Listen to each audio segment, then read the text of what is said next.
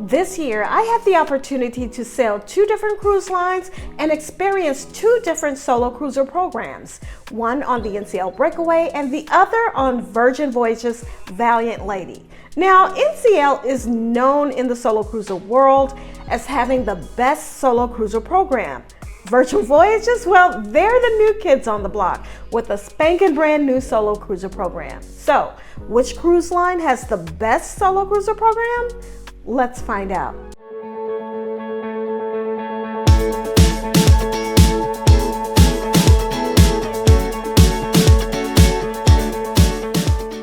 Hello and welcome to my channel. I am Cheryl, also known as SIGCruiser, that's solo, introvert, and gluten-free cruiser. And today I want to talk about 2 different solo cruiser programs, one on NCL and the other on Virgin Voyages. Now, NCL is a well-known and well-established solo cruiser program. Virgin Voyages is a newer cruise line, so their solo cruiser program may not be as well known. But after experiencing their solo cruiser program, I think they may have a little something on NCL. So which one has the best solo cruiser program? Well, that's what I want to dive into and talk about today. Now, in this video, I'm going to talk about the solo cruiser programs as I experienced them. One on the NCL Breakaway and the other on Virgin Voyages Valiant Lady.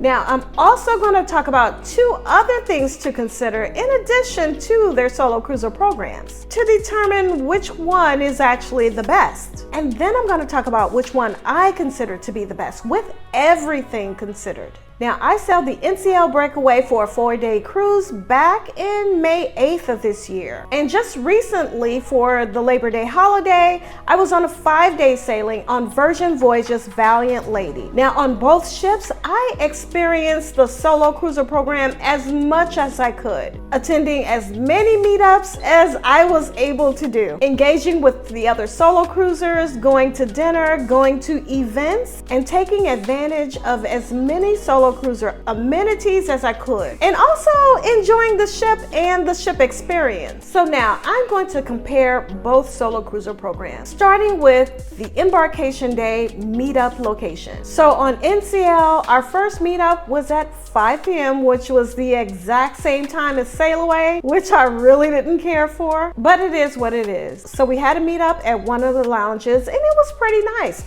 There were about 30 solos that showed up and the hostess was Lori, and for that meetup and all others, she had an activity set up to get everybody talking and engaged with each other, and that went very well. So it was nice. Now for Virgin Voyages meetup, well, they had their meetup at the Athletic Club, which is in the rear of the ship, deck 16, I believe, complete with free champagne. I love that it was outdoors. There was just a lovely view. It was actually before Sail Away, so we had the opportunity to meet up, connect, socialize with each other while sipping on free champagne. Now, free champagne, that's always good. Now, I didn't get a count, but I would say, geez, there were about 50 or 60 solos on our sailing. So there were quite a few, and for me, that was a little bit overwhelming, but I can say that for all of the solo events, the 50 and 60 people didn't show up at each meetup, so that was a plus. So then once we were socializing, our hostess showed up, introduced herself,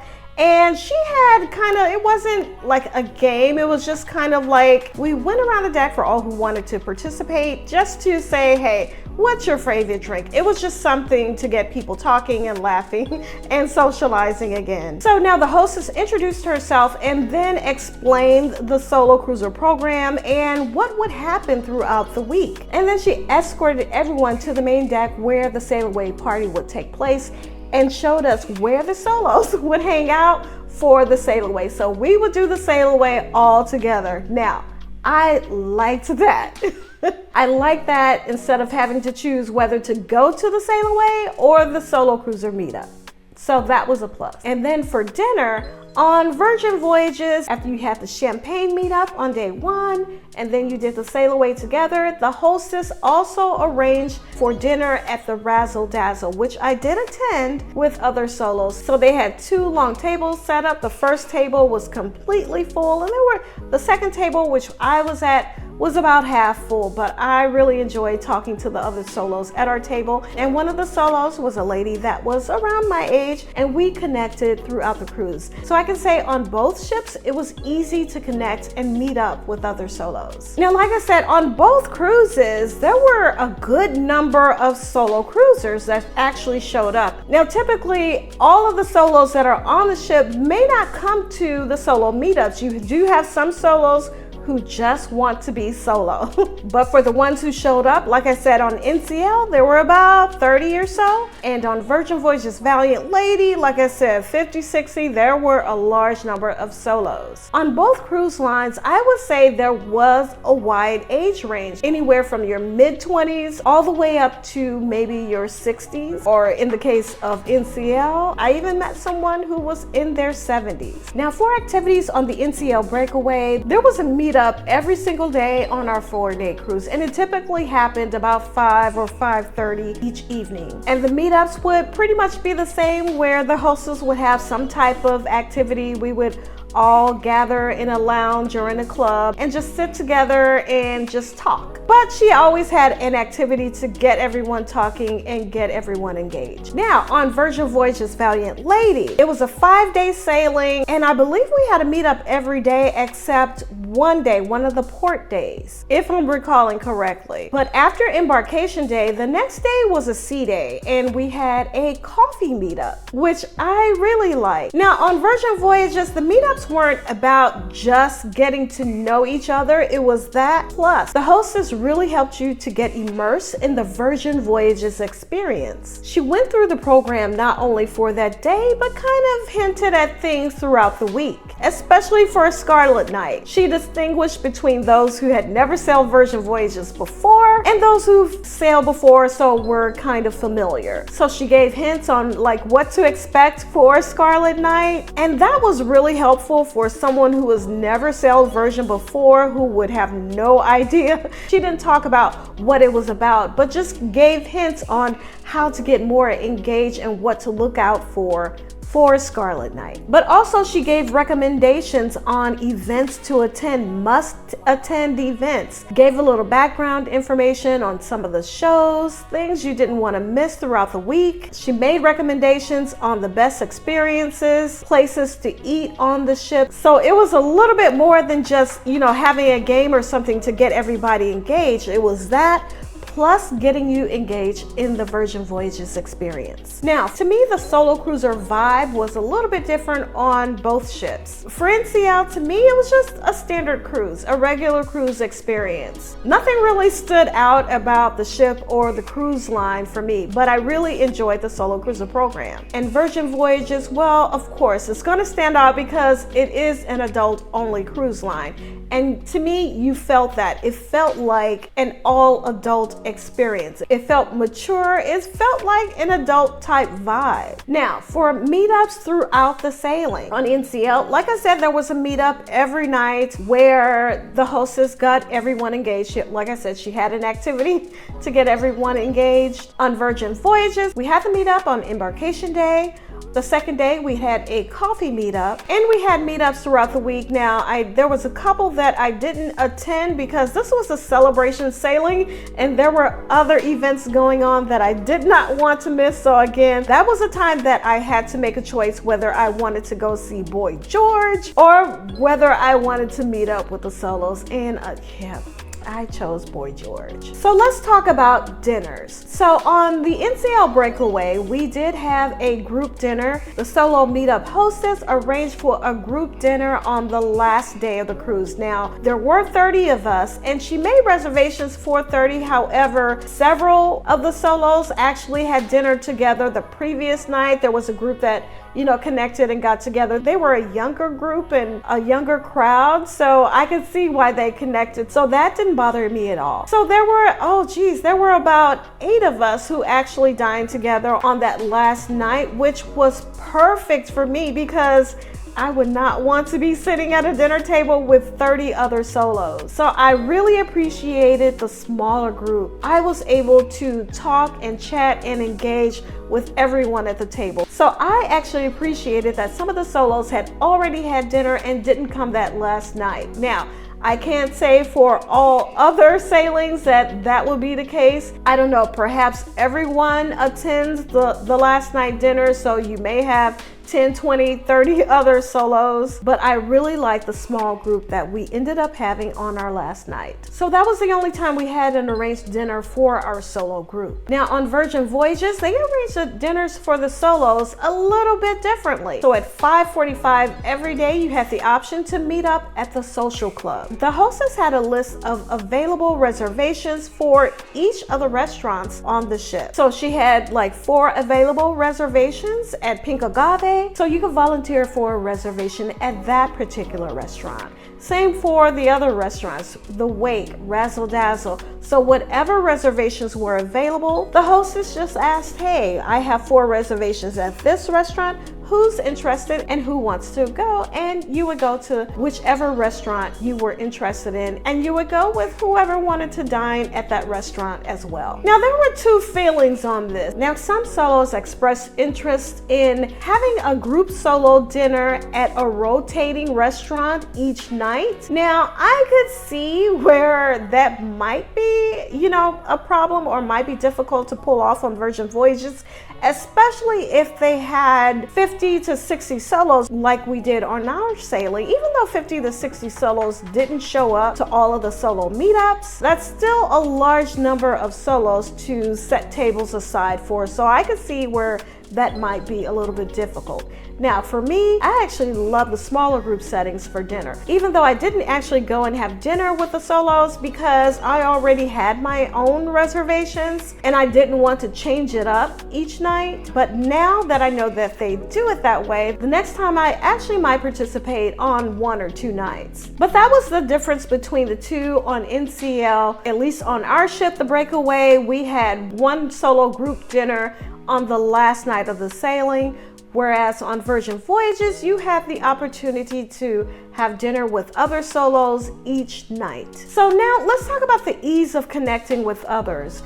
On the NCL Breakaway, it was very easy to connect with others. Again, like I said, because the hostess got everyone engaged and everyone talking, it was easy to connect. People tended to connect and group up by age ranges, which was fine with me. I saw a younger group connecting and meeting, and you saw them hanging out in different areas on the ship, and that was good to see. I myself connected with a couple of other ladies in my age range, and we had the same cruising style. We enjoyed crossing paths, meeting up at events, but we weren't looking to connect and be connected at the hip side by side the entire cruise. So it was great to connect with like-minded people. And I can say the same for Virgin Voyages. You still had the opportunity to connect with others who were closer to your age, who you had the same interests with. I connected with a couple of ladies from our first meetup at Razzle Dazzle. And even as I dined by myself, I saw one of the other solo ladies coming in and she was at a table.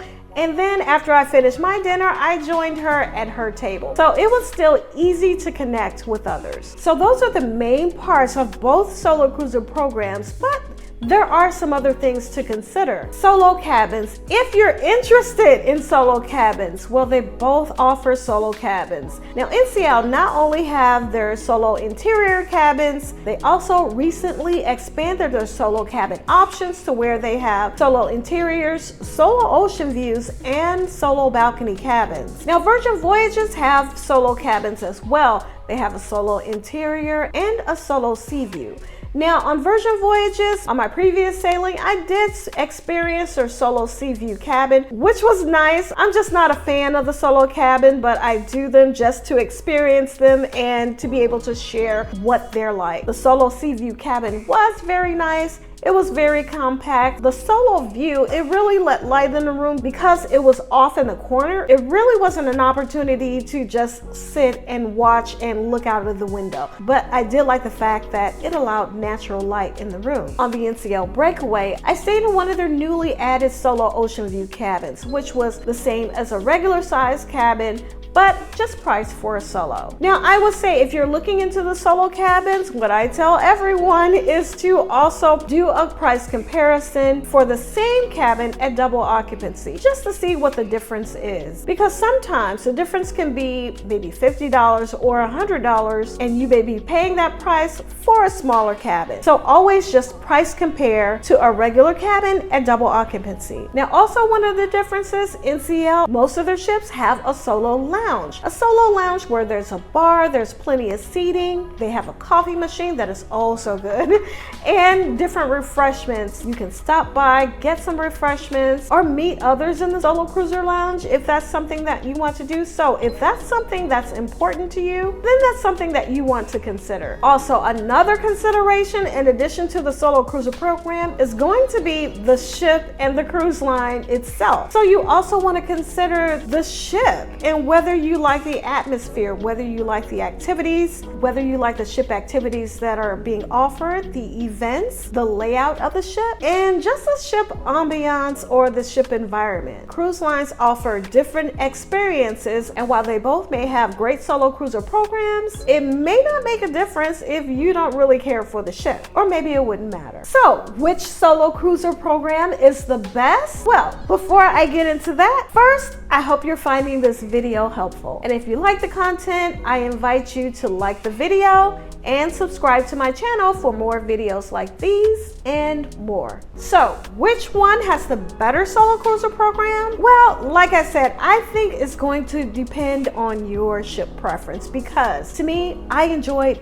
both solo cruiser programs. Now, I will say I enjoyed Voyages a little bit more because I enjoyed the ship experience a little bit more. There are things that NCL offers over versions, such as the solo cruiser lounge, but for me, that's not important. I went there to get coffee, but I really didn't go there to hang out, especially because it's an interior room. And when I'm on the ship, I like to get as many ocean views as possible. So I'm not likely to go into an interior room without any ocean views just to hang out. Now, I really loved the Voyages meetup on Embarcation Day. I love the champagne meetup. I love connecting with others. I love the location that they chose, the athletic club and upper deck in the rear where you had views. And I also loved that they had it at a time that was before the Solo meetup, and then had an area for the solos to hang out for the sail away party. On NCL, I had to choose either the solo meetup or the sail away. And last, I preferred Voyages because of the ship. Now, I will say I sailed the breakaway, and to me, I just really didn't care for the ship. To me, it was kind of dark, it was kind of dreary. It was an older ship, but I do plan to go back and experience NCL's solo cruiser program, maybe on one of their newer ships. But for right now, I loved Voyages. I loved the all-adult atmosphere, the vibe. So that coupled with the solo cruiser program, to me,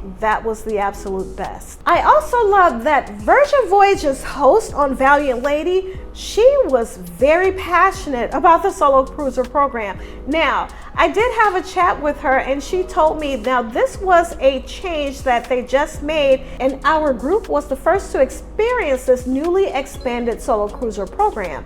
Before, the solo meetup was just for the first day, and then a dinner was arranged for the solos at Razzle Dazzle that first night. Now, according to our hostess, this was the first time that they had solo meetups throughout the cruise and dinner arrangements throughout the cruise. Now, she stated that this was now available on all of the ships, so I'm interested to see if that's true, because if that is, I think this is a great program. Now, I'm interested to see if that's true, because if it is, I think Voyages solo cruiser program is a great one, and it will rival the NCL solo cruiser program. Now, have you sailed Voyages since Labor Day, and have you experienced their solo cruiser program on any other ship other than Valiant Lady? If so, drop a comment and let me know. I'm interested to see if the solo cruiser program is expanded already like this on all of their ships.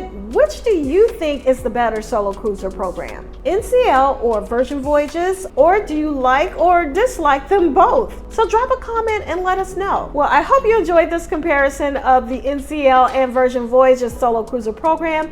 If you did, if you can give me a thumbs up on the video, and again, like, comment, and subscribe to the channel if you haven't already. Until the next video, bye-bye.